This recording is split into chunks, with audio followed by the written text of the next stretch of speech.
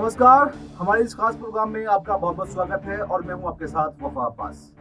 आज हम बात करेंगे दिल्ली की उन हॉट सीट के बारे में जो इस वक्त चर्चाओं का विषय बनी हुई है और इसमें नंबर 1 पर है नई दिल्ली की विधानसभा सीट। क्योंकि ये सीट हॉट इसलिए भी बन गई है क्योंकि यहाँ पर पूर्व मुख्यमंत्रियों के बेटे और पूर्व मुख्यमंत्री और आम आदमी पार्टी के संयोजक अरविंद केजरीवाल खुद मैदान में हैं। और अरविंद केजरीवाल के सामने भी कौन है? कांग्रेस से पूर्व मुख्यमंत्री शीला दीक्षित के बेटे संदीप दीक्षित और बीजेपी से पूर्व मुख्यमंत्री साहिब सिंह वर्मा के बेटे प्रवेश वर्मा मैदान में है। तो इसलिए ये सीट सबसे ज्यादा हॉट सीट बन गई है। इसके अलावा थोड़ी सी चर्चा करेंगे हम कालकाजी सीट के बारे में और जंगपुरा सीट के बारे में, क्योंकि ये सीटें दिल्ली की सबसे बड़ी हॉट सीटें बनी हुई हैं। क्योंकि आपको पता है कि कालकाजी की अगर बात करें तो सीएम आतिशी जो मौजूदा सीएम है वो चुनावी मैदान में आम आदमी पार्टी की तरफ से हैं, तो वहीं पर कांग्रेस से कद्दावर नेता अलका लांबा जो है चुनावी मैदान में है। वहीं से इस बार रमेश बिधूड़ी को बीजेपी ने प्रत्याशी बनाया है। वहीं रमेश बिधूड़ी जिन्होंने संसद में खड़े होकर जो है दानिश अली जो कांग्रेस के सांसद हुआ करते थे उनको खुलेआम गाली दी थी, उसके बाद से वो चर्चाओं में बने रहे थे और बीजेपी ने अगले चुनाव में यानी 2024 के लोकसभा चुनाव में कहीं ना कहीं उनको दरकिनार कर दिया था और अब 2025 के चुनाव में कालकाजी से चुनावी मैदान में उतारा है।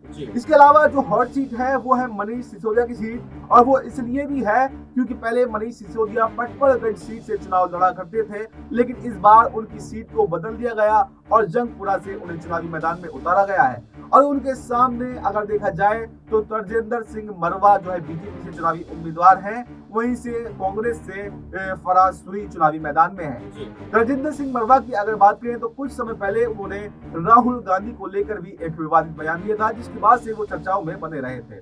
तो आइए हम इन सब बातों पर चर्चा करेंगे। मेरे साथ मेरे सहयोगी मनीष जी हैं, तो मनीष से हम पूछना चाहेंगे। मनीष जी, सबसे पहले हम बात करते हैं दिल्ली की सबसे बड़ी हॉट सीट के बारे में और वो है नई दिल्ली की विधानसभा सीट। क्योंकि यहाँ पर एक नहीं दो नहीं बल्कि तीनों मुख्य पार्टियों के तीनों कद्दावर नेता यानी एक पूर्व मुख्यमंत्री और 2 पूर्व मुख्यमंत्रियों के बेटे चुनावी मैदान में हैं। और इस बार का चुनाव दिल्ली के लिए दिलचस्प है।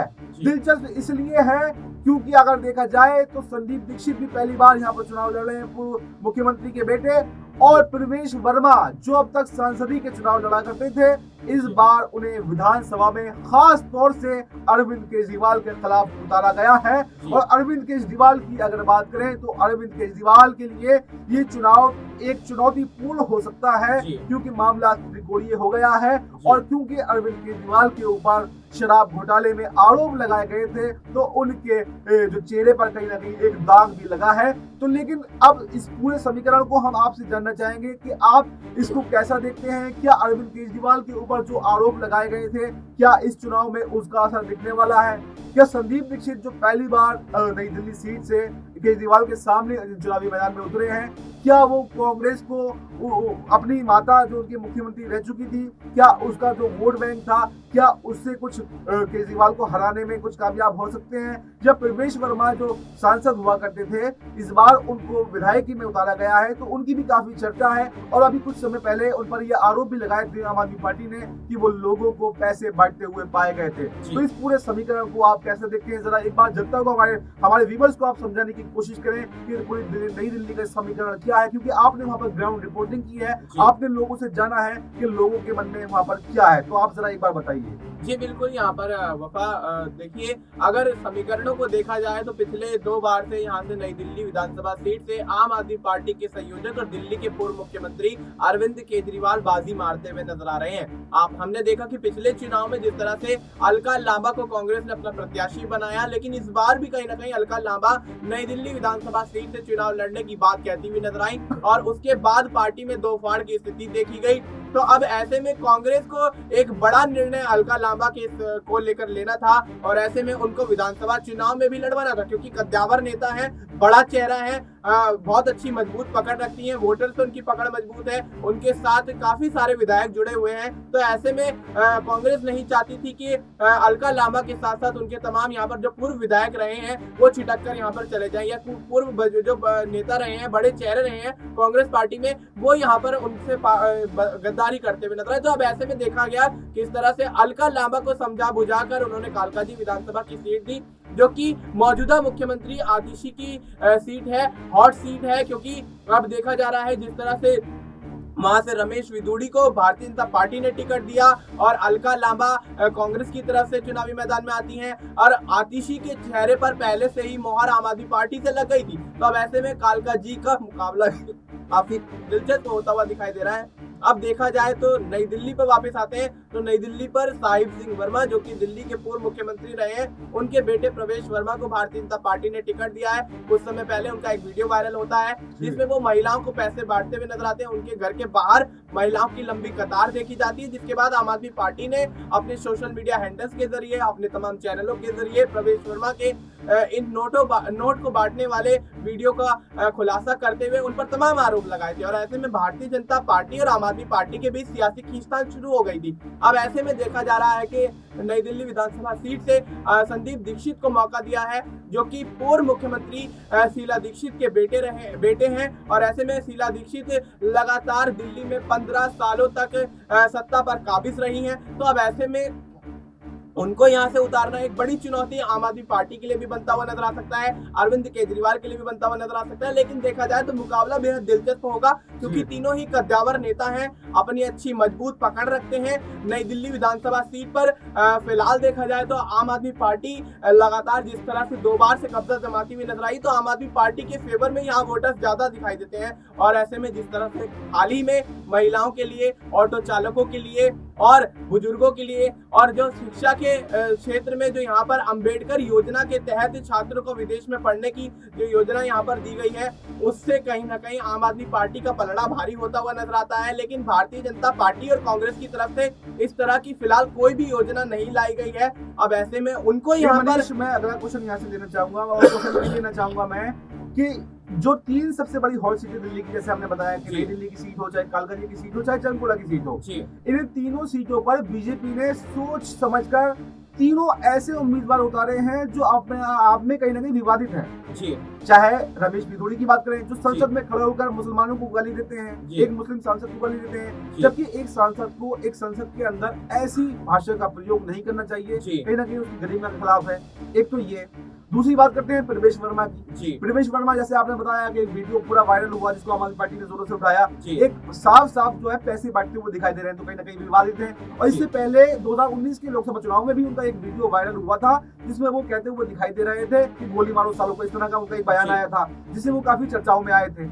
इसके अलावा अगर बात करें जंगपुरा से, तो तरजिंदर सिंह मरवा, उन्होंने भी एक राहुल गांधी को लेकर विवादित बयान दिया था। तो जो सबसे ज्यादा हॉट सीटें हैं, आप उन पर ऐसे नेताओं को आखिर क्यों उतार रहे हैं, और ऐसे नेताओं को उतार कर आप क्या संदेश देना चाहते हैं? कि आप क्या संदेश देना चाहते हैं कि दूसरे पार्टियों को दबाना चाहते हैं? क्या मुस्लिम विरोधी चेहरे के साथ में आप उतरना चाहते हैं, या फिर आपका क्या संदेश है?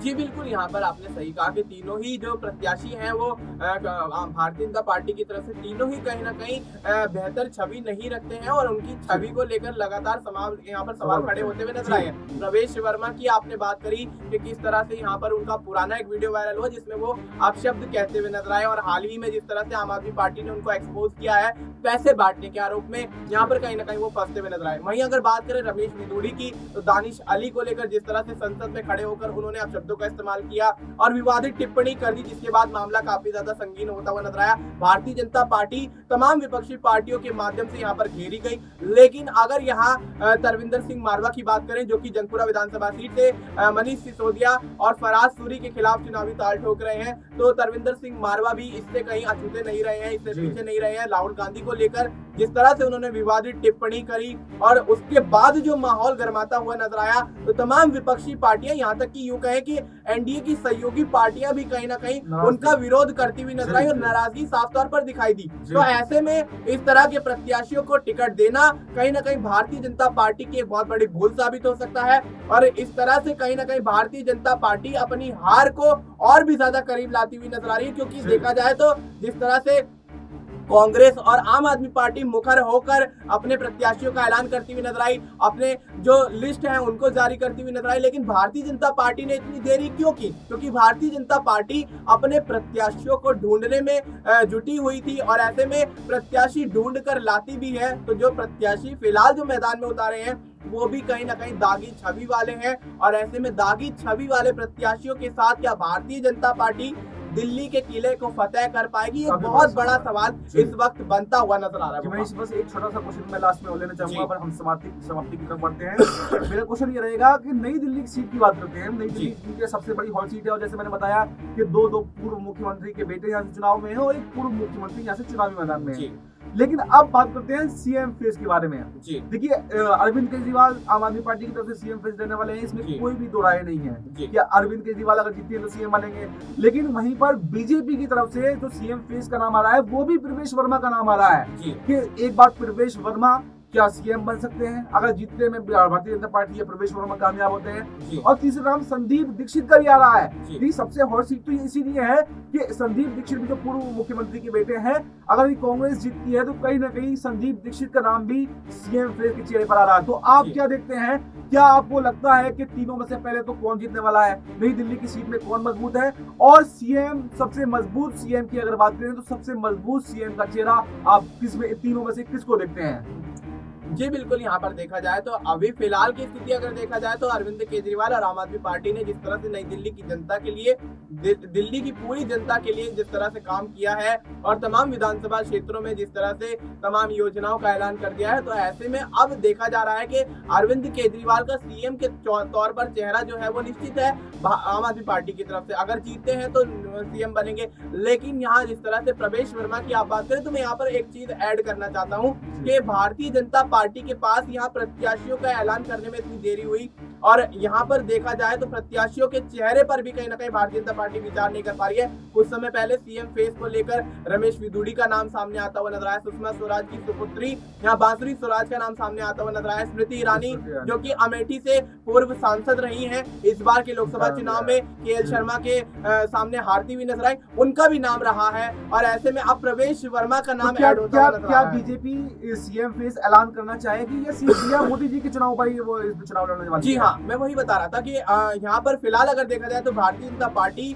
सीएम चेहरे को लेकर असमंजस की स्थिति में है। तो मैं नहीं मानता कि सीएम चेहरे की घोषणा करके चुनाव भारतीय जनता पार्टी लड़ेगी। वही फॉर्मूला रहेगा जो हर स्टेट में रहता है, पहले चुनाव लड़ेंगे, बहुमत में आते हैं तो यहाँ बाद में सीएम चेहरे का ऐलान होता हुआ नजर आएगा। और वहीं अगर यहाँ पर कांग्रेस की बात की जाए तो संदीप दीक्षित सांसद रहे हैं पूर्व, और ऐसे में पूर्व मुख्यमंत्री शीला दीक्षित के बेटे हैं। दिल्ली के अंदर वोटर्स पर काफी ज्यादा अच्छी पकड़ है उनकी, दिल्ली की जनता को, दिल्ली के तमाम क्षेत्रों को भली भांति जानते हैं, यहाँ पर बेहतर काम भी कर चुके हैं। तो ऐसे में संदीप दीक्षित का नाम निश्चित तौर पर कांग्रेस की तरफ से है, लेकिन भारतीय जनता पार्टी के अंदर की जो स्थिति है वो सीएम चेहरे को लेकर उलझी हुई नजर आ रही है और क्लियर नहीं है। जी मनीष, हमसे बात करने के लिए बहुत बहुत शुक्रिया, बहुत बहुत धन्यवाद आपका। लेकिन जैसे मनीष ने बताया कि सीएम फेस की अगर बात करें तो आम आदमी पार्टी की तरफ से तो निश्चित तौर पर अरविंद केजरीवाल सीएम बनने वाले हैं, लेकिन भारतीय जनता पार्टी हर राज्यों की तरह दिल्ली में इस बार भी कोई नया सीएम फेस का चेहरा